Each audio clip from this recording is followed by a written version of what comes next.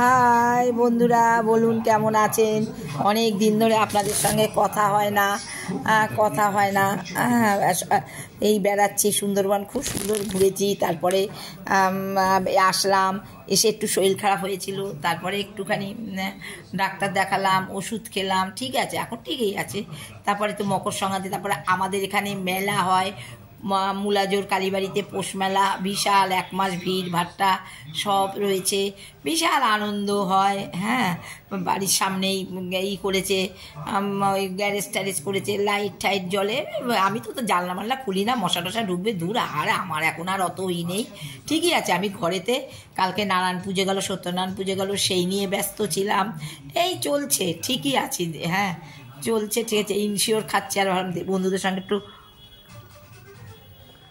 কথা বলি, কথা হয় না। আজকে একটু পিঠে করেছি, পায়েস করেছি। আমি একা থাকলে কি আমি সব করে কেটে খাই, খাবো না কেন বলুন? বর তো রেখে গেছে, খাওয়ার জন্যই তো সব রেখে গেছে বলুন, তাহলে আমি খাবো না কেন বলুন? সবই করছি, ঠিকই আছে, কিছু করার নেই। আর কি বলুন, আমাদের জীবন তো শেষ হয়ে গেল, এখন দিন গোনা। হ্যাঁ, বর তো রেখে চলে গেছে, এখন দিন গোনা। এখন ঠাকুরের কাছে দিনরাত প্রার্থনা করি যেন সুস্থ সবল, যেন হাঁটা চলার মধ্যেই যেতে পারি, তাহলে পরে শান্তি। কেননা কারোর অধীনে, কারোর কিছুতে থাকতে চাই না। দিব্যে আছি, ঠিকঠাকই আছি। আবার আর বিয়ের নেমন্তন্ন দিদি, আমার 4টে বিয়ের নেমন্তন্ন। কালকে একজনকে ভাত খাওয়াবো, আইবুড়ো ভাত খাইয়ে দেবো। 4 দিন তার বাড়ি নেমন্তন্ন, তা 4 দিন নেমন্তন্ন করে তাকে একদিন খাওয়াতে হয় না? ভেবেছি খাইয়ে কিছু টাকা দিয়ে দেবো, তুই তোর মতন পছন্দ মতন জিনিস কিনে নিস, ঝামেলা মিটে যাবে। কালকে তার মেয়েকে বলেছি আসতে, বান্ধবী তার মেয়েকে বলেছি নিয়ে এসো আমার এখানে, একটু ডাল ভাত খেয়ে যেও।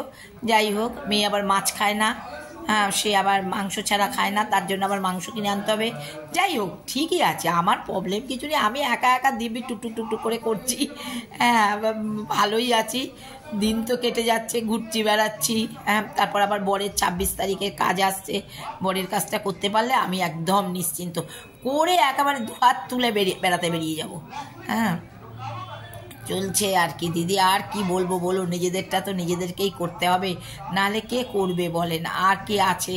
হ্যাঁ, আমার তো দেখুন, ছেলেকে কত কষ্ট করে মানুষ করেছি, ছেলের জায়গায়, সেখানে সে ছেলে বিদেশে থাকে, সেখানে সে একটা জায়গা করে নিয়েছে, তার ছেলে মেয়ে আছে, বউ আছে, তাদের নিয়ে তারা ব্যস্ত। তারা কি আর এখন আর কি আর বাবা মাদের কথা মনে থাকে বলুন?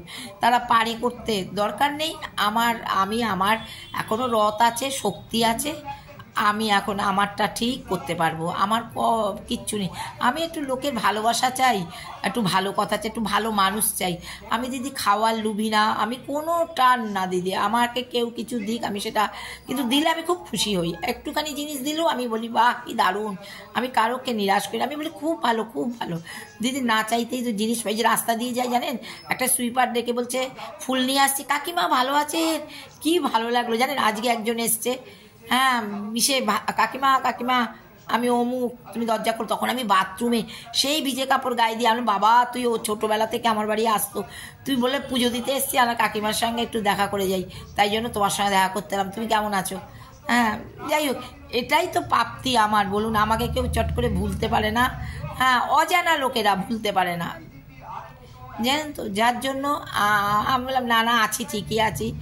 হ্যাঁ, দাদা ভালো আছে? হ্যাঁ, দাদা ভালো আছে, সবাই ভালো আছে। আমি ভালো আছি কিনা জানি না, তবে বেঁচে আছি। বলে তুমি এরকম বলবে না। যাক, তুই যে খোঁজ নিতে এসছিস, সেটা আমার বিশাল প্রাপ্তি রে, বিশাল শান্তি। যে তুই কোথাও দূর থেকে এসছিস পুজো দিতে, না কাকিমাকে একবার দেখে যাই, কাকিমা এসছে শুনেছি, এই যে এসছে, এই যে প্রাপ্তি দিদি। কেউ আমাকে ভুলতে পারে না দিদি। আমার যাদের মধ্যে মনুষ্যত্ব আছে, তারা আমাকে কেউ ভুলতে পারে না। সবাই ওই যে বিয়ের নেমন্তন্ন করতে এসে, ও খুব অসুস্থ ছিল, ওর সঙ্গে ফোনে কতদিন কথা হয়নি, এসে সে কান্নাকাটি হুলস্থুলি। আমি বলেছি আমি যাবো না, তুমি এতদিন আমার সঙ্গে কথা বলো না, এই না সেই না। রেগে গেছে, না উমাদি তুমি জানো না আমার কি শরীর খারাপ, আমি কি অসুস্থ হয়েছিলাম, তুমি এই সেই। হ্যাঁ, ঠিক আছে, হ্যাঁ, সে না তুমি যাবে। আবার বলে গেছে আমি মেয়ের বাড়ি যাবো না বৌভাতে, কিন্তু জুমাদি সত্যি একটা কথা বলছি, মনে কিছু করো না। আমাকে মেয়ে তো বারবার বলছে তুমি না গেলে আমি হুলস্থুলি করে দেবো। এখন তুমি যদি যাও, তাহলে তোমার সঙ্গে বসে যাব, কারণ তোমার অতিরিক্ত সাহস, তোমার কথা শুনতে যাব, তোমার সাহস আছে, তোমার আছে। তুমি যদি যাও, তাহলে তোমার পাশে বসে আমি যাব। হ্যাঁ, তুমি আর মেয়ে এখন ধরেছে কাকিমা, তাহলে তোমার দায়িত্ব, তুমি যাবে। আগে তো বিয়েটা কাটাও, তারপরে সানা বউ ভাতে তুমি মাকে নিয়ে তুমি যাচ্ছ। হ্যাঁ, এই চলছে। 26 তারিখে একটা নেমন্তন্ন, মানে পর পর আমার বিয়ে বাড়ির নেমন্তন্ন, জানেন, কেউ বাদ দিতে চায় না। এসছি, সবাই তো জানে না আমি তো কারোর সঙ্গে দিদি পয়সা খাওয়া দাওয়া, কেউ আমাকে এক কাপ চা খাওয়াতে পারিনি কারোর বাড়িতে, আমি কিচ্ছু করিনি। সবাই দিয়ে দিত, কিন্তু আমি নিতে চাইতাম না। কিন্তু আমি লোকের সঙ্গে ভালো ব্যবহার করছি। কিন্তু যারা আবার একটু বেশি তারা নিজেকে হনু মনে করে, তা কর, তুই তোর জায়গায় থাক, আমি কারোর সঙ্গে ডেকে হেঁকে না, আমাকে যে করবে তার সঙ্গে ভালো ব্যবহার করব।